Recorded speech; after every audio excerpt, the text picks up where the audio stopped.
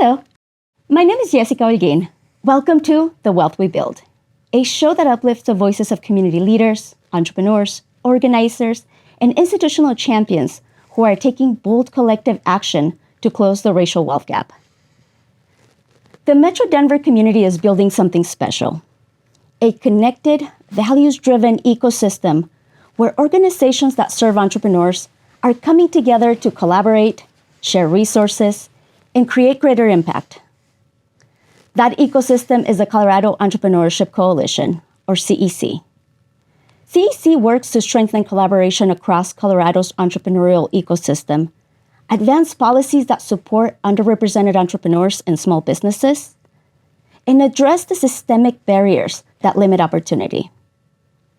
Together, CEC partners are helping entrepreneurs build stronger businesses, create sustainable wealth, and thrive for generations. Today, I'm joined by Jessica Sveen, the CEO of Rocky Mountain Microfinance Institute, or RMMFI, one of our partners in the ecosystem. Welcome, Jessica. Thank you so much for being here. We're really excited. Before we jump into the great work that RMMFI is doing, we would like to ask you what we ask all of our guests. What does community wealth mean to you? Community wealth to me is that everybody has the choice to activate the possible for themselves and their families and generations to come. And at RMMFI, we do that through entrepreneurship, that people have, like I said, the choice to do that and the pathway to do that and the accessibility to do that as well. Yeah, and that's so critical, right? Because we know that our communities thrive when we all thrive. And we know that entrepreneurs are part of this larger ecosystems that make our communities functional. Right. And so the role that RMMFI plays is so critical, really, in building that sense of community and community wealth. And so tell me about the mission of RMMFI. Yeah, so at RMMFI, we believe that economic stability and mobility can be achieved by anybody, that entrepreneurship is for everyone, and that it is a tool that we can use for people to build that wealth for themselves and their families. We are a nonprofit and a community development financial institution, or CDFI. So we do technical assistance, so really supporting entrepreneurs holistically, and then we have the capital component where we can lend and do entrepreneur grants as well to advance businesses.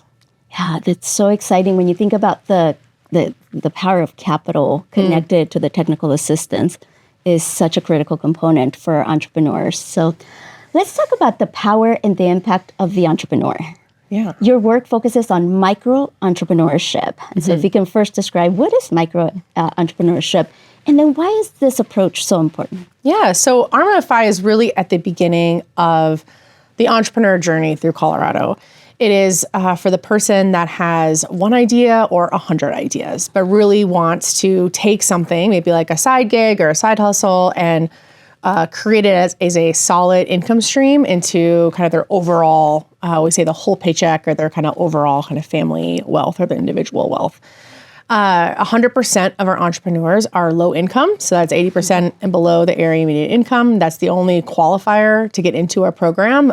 Really looking at that niche person and those niche communities, or those larger communities that have been historically and presently shut out from traditional capital access to MBA programs, or all these things that entrepreneurs believe they need in order to start a business. And we recognize those barriers and actively kind of remove them or take them down as much as we can from a system level to really open the pathway for entrepreneurs to really believe that they can step through and start something for themselves. A lot of our entrepreneurs are that micro-entrepreneur. It's that solopreneur that it's just themselves that's really growing. We got several entrepreneurs that hire people and things like that, but really at that beginning, it could be that one person that is really looking to kind of build that themselves. Wow. Tell me a little bit more about the entrepreneur, because I think, when we think about entrepreneurship, oftentimes I come across people who think about that one individual that started in his parents' garage and has the resources How does that compare to the entrepreneurs that you work with? Yeah, so a lot of our entrepreneurs are working one job or three jobs. They don't have the generational wealth to unlock something or launching point. A lot of our entrepreneurs don't have their family support or their community support. Entrepreneurship is seen as very risky for a lot of communities, but also at the flip end, it's essential for a lot of communities to build in. 80% of our entrepreneurs are people of color, 75% are women, 25% are rural, outside of Denver Metro, and about 15% are formerly incarcerated folks. And so really, RMMFI just really zeroes in on communities with arguably the highest barriers to traditional kind of entrepreneurship systems. Wow. So let's get into the biggest barriers that entrepreneurs that you serve currently face. Let's talk about capital first, because as we talk about, entrepreneurs don't necessarily come from wealth, that they can tap into their friends, family network. And so tell me a little bit more about it. Yeah, so it's pretty impossible, I think, for anyone to walk into a bank and get a business loan these days. But our entrepreneurs absolutely have problems accessing kind of capital from banking institutions and also city programs, state programs. A lot of those programs are aimed at entrepreneurs that have a certain level of revenue, that have been in business for 2+ years. Really outside of that, how do entrepreneurs get there and how do you really start there? So if you don't have the kind of the family support or kind of your own savings to kind of start your business, it's going to take a while to build the revenue limits to that, maybe traditional banking and or government funding can really support that. And so we really focus on what we consider character-based lending. RMFI's philosophy is building capacity and meeting it with capital investment. You need money to start a business, at the end of the day, and to really kind of get going. And so our program is designed so that entrepreneurs, once they're in, we are getting to know them, understanding who they are, why they are starting their business, what their passion is, where do they want to take their business. And then we have multiple levels of programming from kind of that idea, let's test something, to more of a traditional kind of accelerator 12-week program. Entrepreneurs are supported through mentorship through the entire process, and then also our staff, so that when they are finished with our boot camp, our second program, we've gotten to know them. We understand kind of where they're at, like I said, and they have a business plan that is activated. And by activated, I mean, entrepreneurs, at 2026, you can type something into Claude or ChatGPT and get a business plan right there. But our program is really focused on how do you speak about your financials, your operational cycle, your marketing, your management in a way that makes sense to you, that you don't have any areas of your business that you don't know. Our entrepreneurs are 100% in kind of the operational space. A lot of them have decades of experience in doing what they're doing. And now they're I want to do this on my own, or I want to build something for myself. And so we are you have all the expertise, you are the CEO of your business. How do we look at you as, and support you as what we call the whole entrepreneur, that we have the person is only the business is only as successful as the person behind it. So that's the way we approach capital, is really understanding the person and who they are. Because a lot of times with entrepreneur spirit, it could be this business, it could be something else. They can run this business for a couple of years, or they might have multiple things going on. It's just that the entrepreneurial energy is creating something to solve a problem that they see in their community. So our capital products are designed to meet that. We kind of push barriers of that, of kind of traditional capital, by setting our own interest rate. We have a 5% interest rate, which is well below kind of national prime. We do lending between $500 and $75,000. So really playing in that micro space, with our average loan around $3,500. And that is really what do you need to have in place to start making money tomorrow? Is it the market booth? Is it a 3D printer? Is it website to start selling and really kind of activating that? Wow, that's pretty exciting, because when you think about being able to access capital to actually leverage the opportunity, the skill that you have to make money is so critical. And yet, I recently read a study that the majority of our population couldn't cover a $500 emergency. And so when you think about the power of being able to access capital, $500, $3,500 to actually get you to that level where you can create security is significant for our entrepreneurs. Yeah, and it's very, with the character-based lending approach and really understanding people, we have flexible loan terms, we can do modifications if something comes up. All we ask our entrepreneurs is as we are building trust with you, you're building trust with us. And it's a phone call. It's tell us what's going on, tell us all the things that you're going. People have emergency medical situations, emergency whatever situations, and we can work with you on that because we want you to be successful. We are not interested in providing community debt just to provide debt. And one of the number one things entrepreneurs come to us for is capital. And I think through our capacity building programs, it really helps entrepreneurs see what is it that you actually need. You might not need a full-blown restaurant. Let's start with catering, and then that builds to a food truck, that builds to restaurant or whatever. It's how do we have kind of the slow growth approach so that you can really support the capital access you need, the loan payments, your whole kind of financial support is, built over time. Yeah. I love the idea of let's test minimum viable product and then figure out how we get to that next level, right? Yep. I think oftentimes we see entrepreneurs who want the really big dream, and it's great to have that. And it almost feels impossible to go from nothing to a full-blown restaurant. And so what are the steps to get there? So I love that you all are providing that technical assistance, the support. Does character-based capital work without the relationship? I don't think so. Yeah, it's so critical. I think, it's so critical. And I think it's so much of the upfront work. It's before they get into programming. It's even during programming. It's the years of support after, we've been working in the community since 2008, from just trusted partnerships and showing up in places and really championing people on.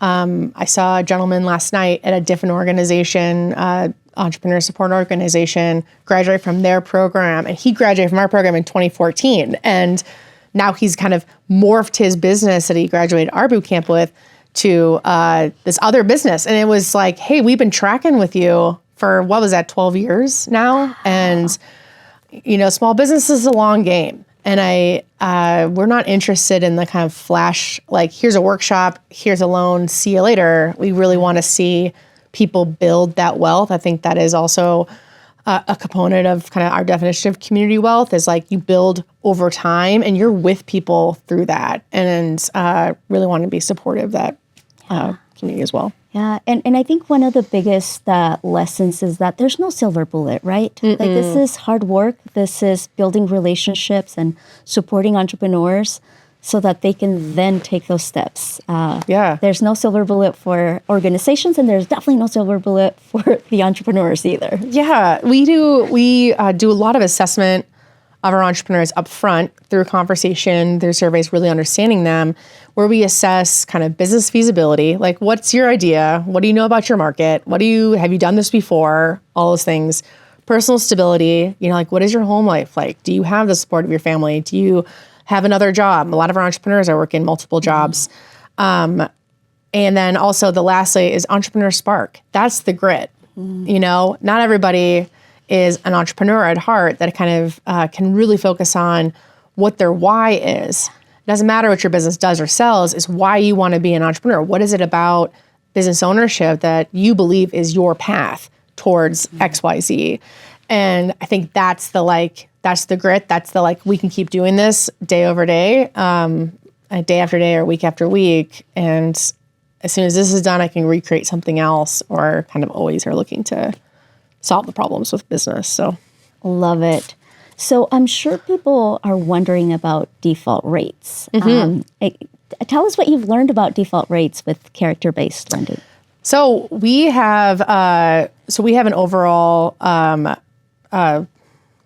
I guess, default or loan repayment rate is how we define it. It's of 94%. Wow. So way higher than kind of national averages, even kind of local averages as well. And that comes through the trust based. We are also one of the only, if not the only CDFI that are doing the small dollar loans. A lot of people start at that $10,000. And so doing those kind of $3,000, $3,500 loans really to get somebody going is a lot more accessible for folks to take on if they wanted to like launch something or do something.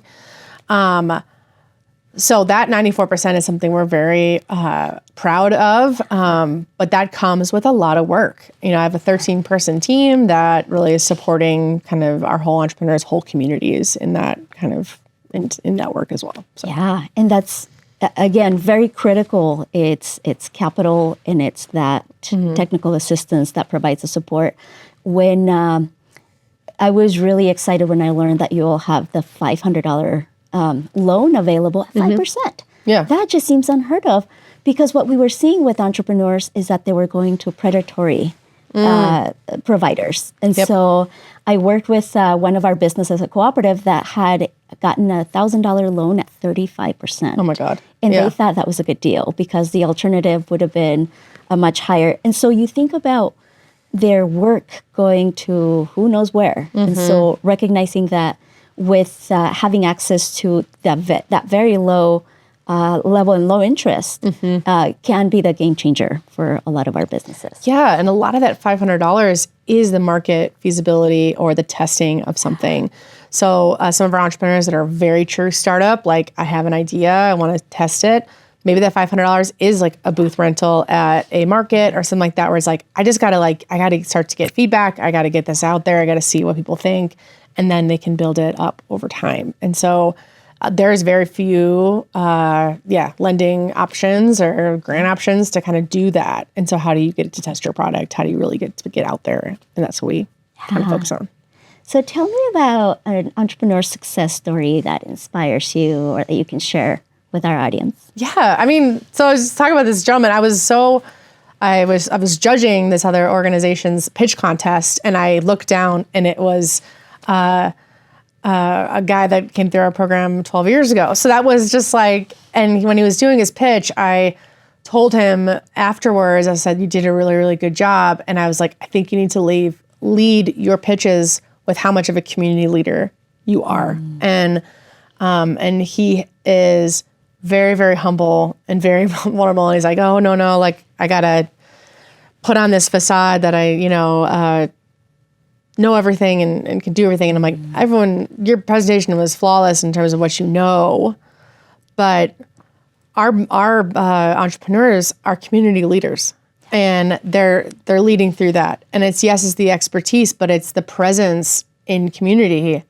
And so it was just a really fun kind of full circle moment last night of just really supporting somebody through the long-term growth. I mean, most other maybe organizations wouldn't be tracking somebody for 12 years, and seeing the success of multiple businesses that he's had. And he was like, oh, I don't really want to bring up that other business. I'm like, you're still running that thing. And that is now like, you've spun that off or somebody else is managing that. Like the growth of somebody and also the ripple effect that business in the last 12 years has had on himself, his family, his children, and his community. And now he's like doing this like really cool housing business and to support people in transition and from justice community or just homeless services or whatever to really get stable. And that is when I think about our entrepreneurs, when they are solving problems in their community through business, they're identifying something that they're like, hey, I can either start a business that can solve this or my business can help this in a certain way. And that is like true success because businesses are then staying in community, wealth is staying in families and community, and the trust is being built and the economic power of communities kind of stay there. So yeah, I love the long-term tracking because I think that's oftentimes nonprofits have the 1-year grant or the 3-year grant. And so to make the commitment to say, we will track you for as long as we can, Yeah. to see the impact is just so powerful. So I don't know what it was, like a couple years ago, maybe through the COVID situation, I was like, what are we really doing? And our mission was, social economic mobility for all. And I was like, how do we know we're really doing that? And so we redesigned our theory of change, really focusing on ownership and how ownership brings power and power of choice. So going back to like just the mission of RMMFI is like, how do you increase ownership where somebody feels like they are have the agency, has the power to make choices for themselves and their families. And so our theory of change really revolves around ownership of self, ownership of wealth, and ownership of community health. And that only is done through tracking long-term. And it's not the like, here, yeah, take this workshop, see you later, or here's, $50,000 or $1 million and see you later. Like it is, even those people that we have a woman that is taking her 25th loan with us. wow. And our longest time borrower, her 25th loan, she's building over time. And like, even that is a long-term relationship. And you watch success kind of grow over time. And yeah. I love it. So I'm curious for our audience, it would be interesting to learn a little bit more about the concept of CDFI, Community Development Financial Institution. Yeah. How is that different than a traditional bank, or what is the opportunity? And also, if you can talk a little bit about that journey, because it's not an easy entity to establish. Sure. Yeah, it's not, and it's becoming increasingly more difficult. The CDFI is a certification from the federal government, the Department of Treasury, that allows you to lend money to community. CDFIs were set up as being kind of an intermediary between the bank and the community. So kind of like traditional wealth circles and things like that. And then the CDFI and then traditional bank, the CDFI sits in between, where we have the agency to set interest rates and also report credit and also build wealth and build financial stability over time as well. It is we've been a CDFI since 2010. You have to reapply every single year. Then the CDFI fund has additional resources for technical assistance grants and lending capital to be able to get out and return. The last couple of years has been very difficult from the federal government, much more restriction. The future of the CDFI is unknown from a national level. And so that is how a lot of our CDFI partners in state in Colorado are trying to do something together to really kind of support long-term. But I think CDFIs are critical to both small business and housing. You can either be a small business CDFI or a housing CDFI. Because they have the more accessible capital and the mechanisms to track lending. Some organizations that support entrepreneurs that don't do the capital component, they're like, oh, it should be easy just to get a loan fund and we're just lending money. And it's like, you don't want to play that game, like the lender-borrower relationship always with community, unless there's even just the rewards on the borrower side of we report credit, we help people build credit. People have zero credit or invisible credit, and we're helping people kind of build that as well. So it's a lot of work, but I think it's essential to really kind of starting something. Yeah, as a community partner, I'm incredibly grateful that you all took on that challenge.